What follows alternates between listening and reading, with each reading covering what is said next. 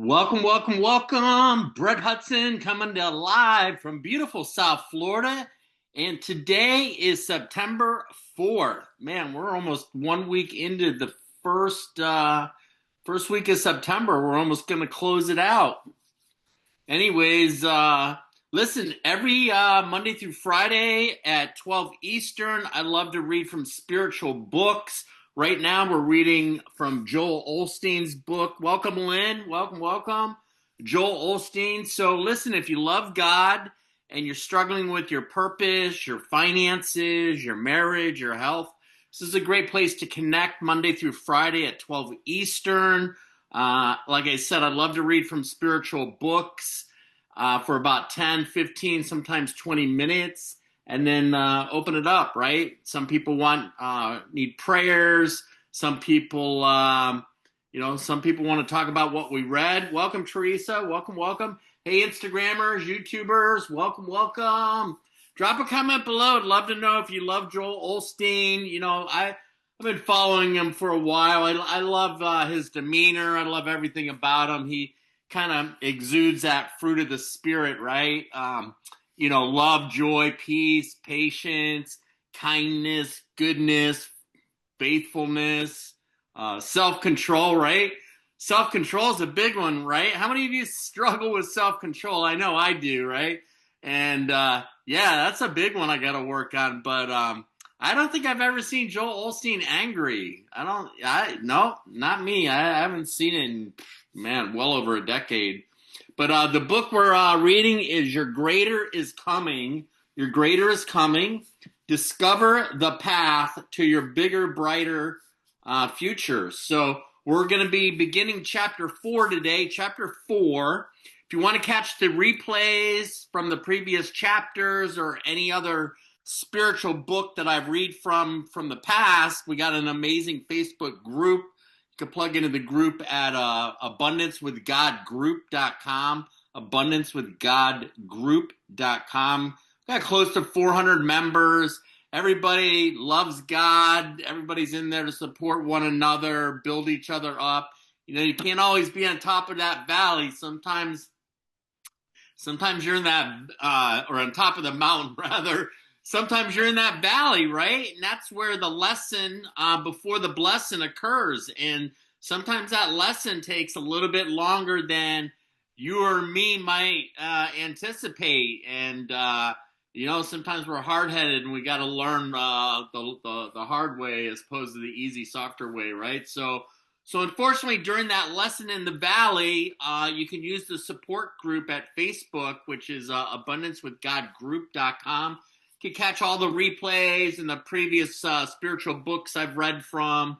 I like to read Monday through Friday, 12 Eastern, for about 10, 15, sometimes 20 minutes. If you want to follow along in the reading, you could go to zoom.abundancewithgod.com, zoom.abundancewithgod.com. Welcome, Allie. Welcome, welcome. What's up, Instagrammers, YouTubers, TikTokers? Woo-woo. Yep, Brett Hudson, that's me coming to you live from beautiful South Florida. And every noon, Monday through Friday, I like to read from spiritual books.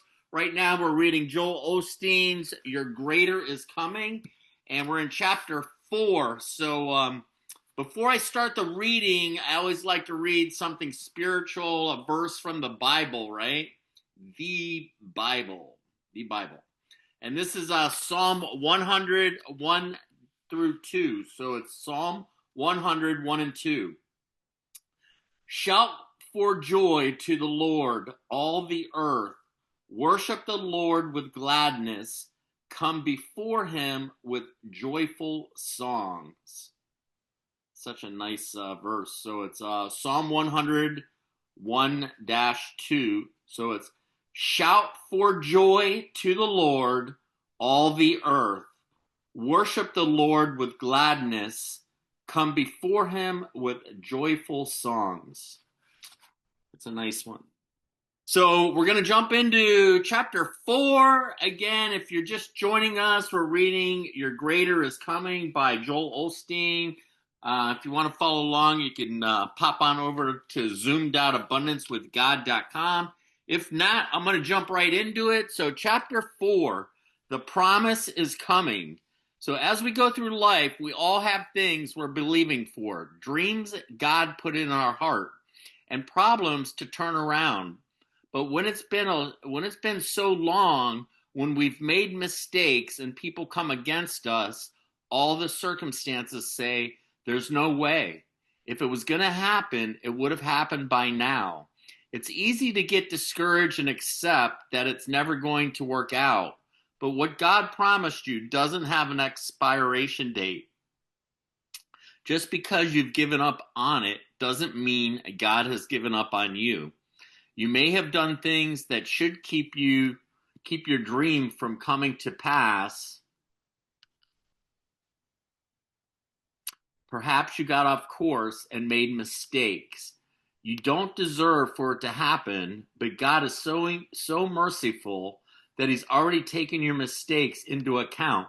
They may delay it from happening, but they're not going to deny it from happening. The promise is still coming. Despite the mistakes, despite the failures, despite the delays, God is saying, I'm still going to bless you. I'm still going to heal you. I'm still going to bring that dream to pass. How cool is that, right? No matter what, He's going to bring it to pass, right?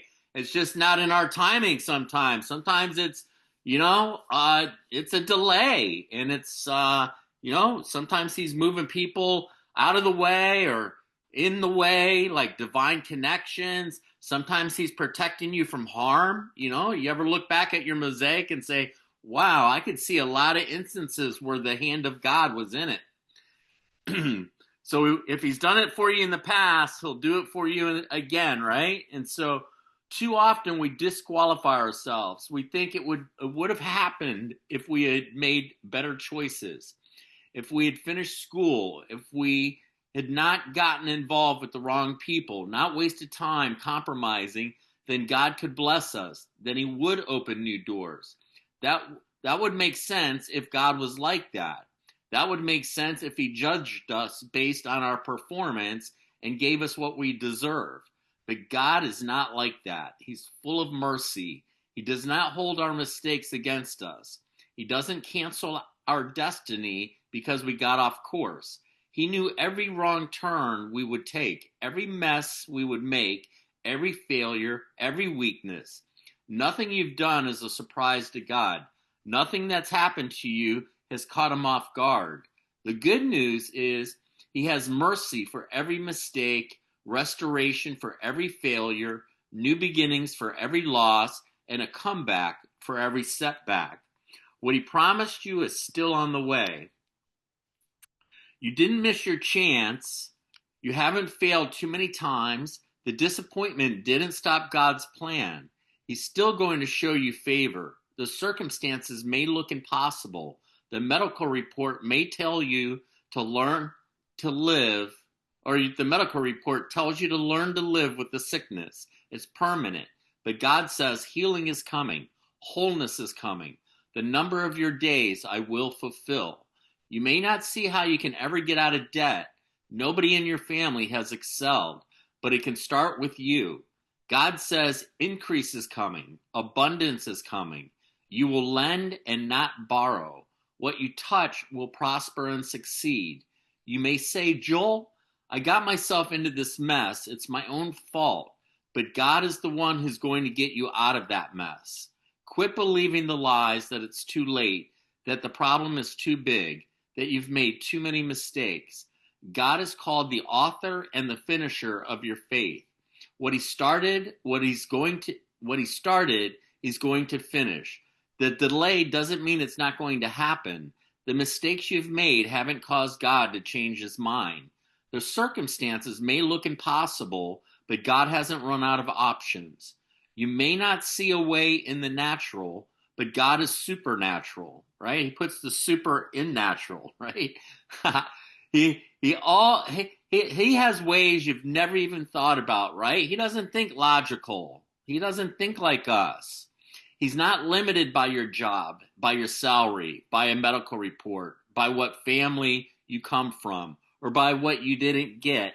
One touch of his favor will catapult you to a new level. One good break, and what he promised you will come to pass. You know, it could happen next year, it could happen next month, it could happen next week, it could happen tomorrow, it could happen today, right? It can. You just have to believe it and know that it's going to come to pass when his timing, right? His perfect timing. And so you have to say, Father, thank you that what you promised is on the way. Thank you that the healing is on the way. Thank you that the promotion is on the way. Thank you that the right person, breakthroughs, freedom, new levels are all on the way. Don't try to help God out. In the previous chapter, I introduced the story of how God told Abraham that he and his wife Sarah were going to have a baby. Abraham was 75 years old and Sarah was 65. They had been married for years and not had any children. This seemed impossible. They were too old. Sometimes God will put promises in your heart that don't make sense to your mind. He'll put bigger things in your spirit than you think, than you can accomplish on your own. The key to it is to let it take root in your heart. You don't have to figure it out. You don't have to come up with how it's going to happen. All you have to do is believe. Years went by and Abraham and Sarah didn't have a baby, so they tried to help God out. Sarah told Abraham to sleep with her maid, Hagar, thinking she could build a family through Hagar. They had a son named Ishmael, but Ishmael wasn't the promised child. That's what the scripture calls the works of the flesh. When we try to make things happen in our own way, in our own strength, in our own timing, Abraham loved Ishmael, but Ishmael became a constant source of conflict. When tensions arose between Sarah and Hagar, Sarah got mad at Abraham for having slept with Hagar. There was strife and division. She finally treated Hagar so badly that Hagar fled into the desert, though she did return. Years later, it got so bad that Sarah gave Abraham an ultimatum that Hagar and Ishmael had to leave for good. Abraham was torn, but God reassured him that they would be okay. So he sent them away. It had all been a big mess with all kinds of dysfunction.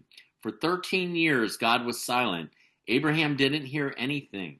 I'm sure thoughts told him, you blew it. You made a big mess. You had a baby with another woman. The promised child is never going to happen now. But just because God is silent doesn't mean he's given up. You may have delayed the promise, but that didn't deny it. God didn't change his mind. Will you trust him in the season of silence? Every thought may tell you it's never going to happen. It's your own fault. You knew better. You may not see anything happening, but God is still working. What he promised you is still on the way. After 13 years of silence, when Abraham was 99, can you imagine? It says in Genesis 17, God said to Abraham, I am God Almighty. You will become the father of many nations. After all the mistakes, all the failures, and all the dysfunction, the first thing God said was, Abraham, you will become a father with Sarah. He reminded Abraham of the promise. He was saying, even though you blew it, even though you made a mess, that you didn't stop my plan. I didn't change my mind. I'm still going to do what I promised. You would think the first thing God would say was, Abraham, I'm disappointed in you. What were you thinking? I'm going to find somebody else to accomplish your destiny. God never gives up on you. He never disqualifies you. Quit disqualifying yourself. You blew it. Join the crowd. We all have. You made a mess. Come on. You're in good company. The enemy is called the accuser of the brethren. He'll remind you of everything you've done wrong, all the mistakes you've made. He'll love to convince you to live down on yourself and drag you through life with no passion, no expectancy. Don't fall into that trap. At 99 years old, Sarah conceived and gave birth to a son. They named Isaac. the promised child. The scripture says it happened at the exact time God said it would. That tells me that God already knew that they were going to make those mistakes. He knew that they would be impatient and have the first son and get into strife. Isaac came right on schedule, right when God had planned. Are you believing the lies that you've missed your chance, that it's too late? Are you believing that if you would have made better choices, if you would have been more disciplined, if you had not run around with the people who pulled you down, then the promise would have been yours? What happened in the past is not a surprise to God. What he promised you is right on schedule. You didn't miss it. It's still in your future. So, what are we, 16 minutes? I'm going to stop right there. Usually I like to read 15, 20 minutes, but we can jump. We'll finish this chapter tomorrow on Friday, right? And so again, if you're just jumping on TikTok, YouTube, Instagram, my name's Brett Hudson. I love to read from spiritual books Monday through Friday at 12 Eastern. Like I said, 10, 15, sometimes 20 minutes. And then open it up and see if you guys got any value from what we just read or what I just read. And, maybe you need a prayer. Maybe you're in that valley instead of on top of the mountain and you just need some support. We have an amazing Facebook group that you could plug into for the replays and other spiritual books. Plus, close to 400 members who love God. At one point or another, people are struggling with their purpose, their finances, their health, their marriage. Can't stay on top of the mountain forever. Eventually, you're in that valley, and that's where that group could come into play, right? It's a support group where people love on you, right? And pray for you, pray for others. And it's all about being part of a community that, we love God, right? And that's what it's all about. So we're reading right now. If you're just coming in late, it's never too late. But we're reading Joel Osteen. I hope you love Joel Osteen. I love him. I love his demeanor. He has that fruit of the spirit, right? Joy, love, peace, patience, kindness, goodness, faithfulness, self-control, right? I've never seen Joel angry. But drop a comment below. I'd love to know if you like Joel Osteen and if you've read this book before, what kind of value you may have gotten out of it, or even the chapters, the couple chapters that we just read. I mean, what God promised doesn't have an expiration date, right? It can never be taken from you. It's always for you. And, it's never too late, right? Your wings are coming, like we read in the previous chapter. And the circumstances may look impossible, but God doesn't run out of options, right? He doesn't think like we think. So he can take you from the back of the bus to the front of the bus, from the pit to the palace, right? And all you have to do is believe it. All you have to do is believe and stay in faith, keep doing the next right thing. And, don't think if you had made better choices or if you'd been more disciplined or, you hadn't run around with those people who pulled you down, and you think you missed out on your promise. No, your promise is coming. Your promise is coming. And that leads us into the next chapter tomorrow, which is it's coming right on schedule. I love it, right? And I hope you guys got some great value. Like I said, I do this Monday through Friday at 12 Eastern. You can follow along in the reading. I have a Zoom running right now, which is zoom.abundancewithgod.com, zoom.abundancewithgod.com. That way you can view what I'm reading if you like to view it like that. And you can catch the replays, right? If you can't jump on at noontime, you can always watch the replays in our amazing Facebook group, which is abundancewithgodgroup.com. So with that, what's my shirt say? It says, Yeshua, King of Kings, right? He has several names, lots of names, but nothing is as high as Jesus, right? But he has several names, King of Kings, Lord of Lords. But regardless, that's what my shirt. Why do I have so much wine? Because I'm in the wine business. Matter of fact, Jesus' first miracle was turning water into wine. So Why not, right? I must be onto something, right? But anyways, you guys have a blessed day. Remember, each morning you have a choice. You could take the psychopath or you could take that spiritual path. It's a lot easier taking the spiritual path. I've been down that psychopath, and I promise you, it's a lot better to, look for the good. You can find whatever you're looking for. If you look for the bad, you'll find the bad, but look for the good. Hey, Sam, welcome, welcome. Look for the good in people, right? Smile because it makes for a great day. So everybody be blessed. I'll catch you guys tomorrow, Friday at 12 Eastern. We'll jump into this part 2 of chapter 4. So with that, have a blessed day and bye for now.